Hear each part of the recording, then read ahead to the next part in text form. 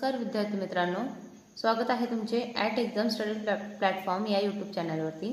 आज आपण भारतीय राज्यघटनेतील मूलभूत हक्क बघणार आहोत, ज्यामध्ये भारतीय राज्यघटनेत भाग 3 मध्ये मूलभूत हक्क दिलेले आहेत। त्यातील पहिला पॉइंट आहे समतेचा हक्क।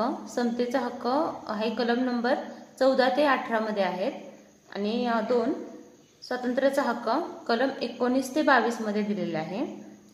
3 शोषणाविरुद्धचा हक्क कलम 23 ते 24 मध्ये दिलेला आहे। 4 धार्मिक स्वातंत्र्याचा हक्क हा कलम 25 ते 28 मध्ये देण्यात आलेला आहे।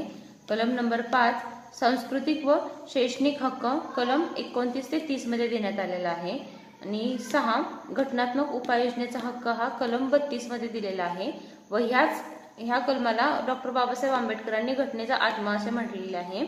व कलम 31 हा मालमत्तेचा हक्क होता, तो मूलभूत हक्कांमधून वगळण्यात आला आहे। तो 44व्या घटना दुरुस्तीने 1978 ला वगळण्यात आला व तो आता मालमत्तेचा हक्क हा भाग 12 मधील कलम 300A मध्ये ऍड करण्यात आला आहे, कायदेशीर हक्क म्हणून समाविष्ट करण्यात आला आहे। थँक्यू।